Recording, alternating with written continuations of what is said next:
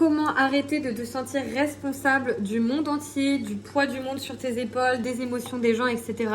Si ça te parle, reste sur cette vidéo.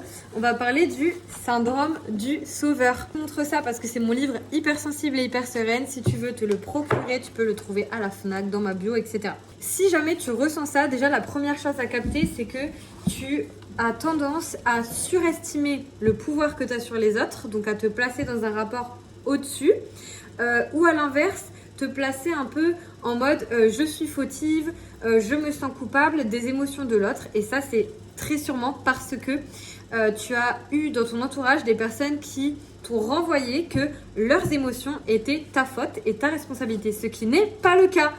Est-ce que ces personnes sont mauvaises? Pas forcément, mais elles n'ont peut-être pas conscience de leur propre pouvoir et de comment apprivoiser leurs émotions. Donc comment en sortir?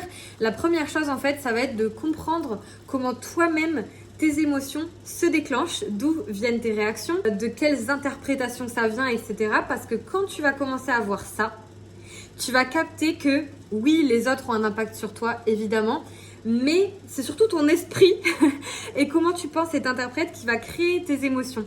Et quand tu vas commencer à comprendre ça, déjà, tu vas capter que c'est pas les autres qui te génèrent cette émotion. Évidemment, ça ne veut pas dire que les autres n'ont pas d'impact sur toi et ça c'est très très important pour moi de le répéter parce que je ne jure pas par genre une totale indépendance ou personne n'aurait d'impact sur personne. Non, je suis pas du tout d'accord. Mais ce que je veux dire, c'est que quand tu vas comprendre comment toi tu peux réguler mieux tes émotions, comprendre que tes interprétations sont peut-être fausses, comment exprimer tes besoins, etc., tu vas plus du tout voir les choses de la même manière. Si tu veux faire ça, tu peux le faire soit via le programme Hypersensible et Hyper Sereine dans ma bio, soit en coaching personnalisé.